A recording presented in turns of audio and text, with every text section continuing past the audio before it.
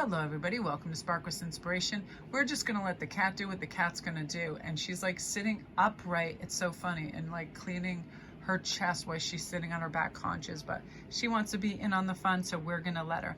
So initially I had 3 of the animal oracles out, but I wanted to start with 2 crystal cards. Reason being is that I find these so simplistic, yet they really kind of like, they're very exploratory with the messages that I'm getting. It's as simple as lapis lazuli, like make a decision. Boom.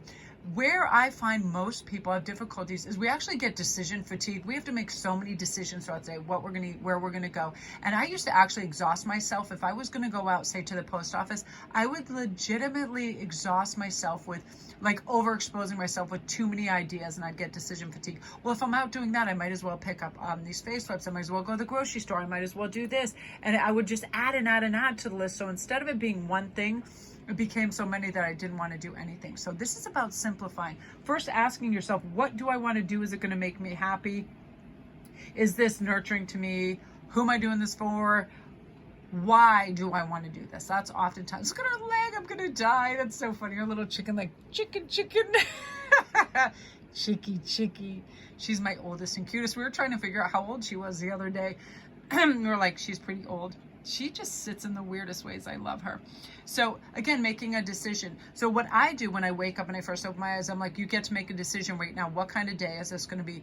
It's going to be optimistic. Why? Because you're going to look for things that you're excited about, that bring passion, excitement, and creativity into your life. So start with gratitude. What do I feel good for? The fact that I have a roof over my head, I have all my crazy animals, my awesome family, all of these things. And when I incorporate that in my thought process, I instantly feel better, and I do make the decision that I'm going to have a good day and things are going to be all right. And everything grows from there. So Black Tourmaline also says, protect your energy. This is also how we have a good day.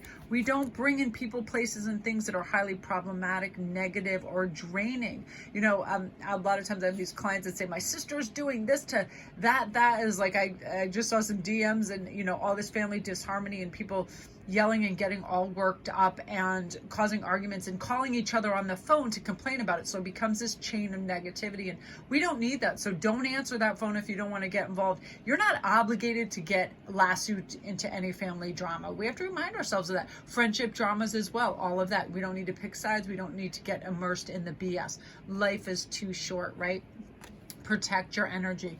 Now I'm loving this because we definitely have this coming into account, and messages, synchronicities coming in that say, hey, do you want to do this? Let's go do this. I'll show you how. Your inner voice will perk up and help you and bring this in. But again, this is how part of this comes into being.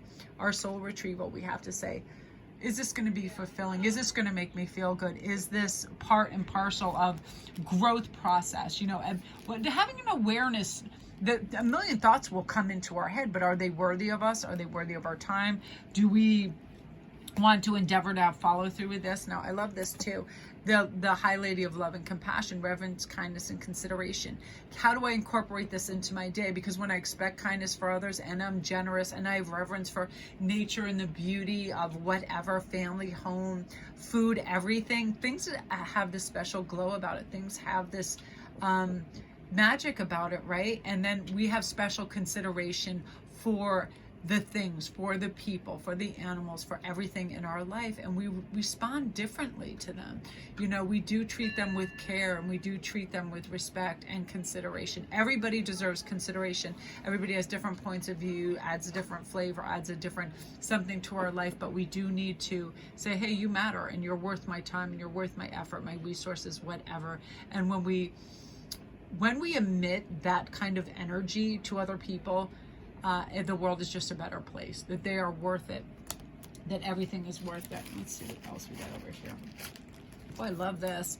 And we also have prosperity coming in ways that we can't imagine. There's something happening this spring where I feel like there is this high fortune portal that is open with this beautiful age of Aquarius, where people realize, you know what really has meaning is my love, my connections to other, how I navigate the world, my perspective, my authentic self, not doubting myself and going through this. Like, I was watching this thing on TV last season. I loved it more than anything, and I love all the Saturday Night Live alum, but the Ted Lasso, where Sudeikis is this coach, and he's just eternally optimistic and fun-loving and caring and natural and authentic.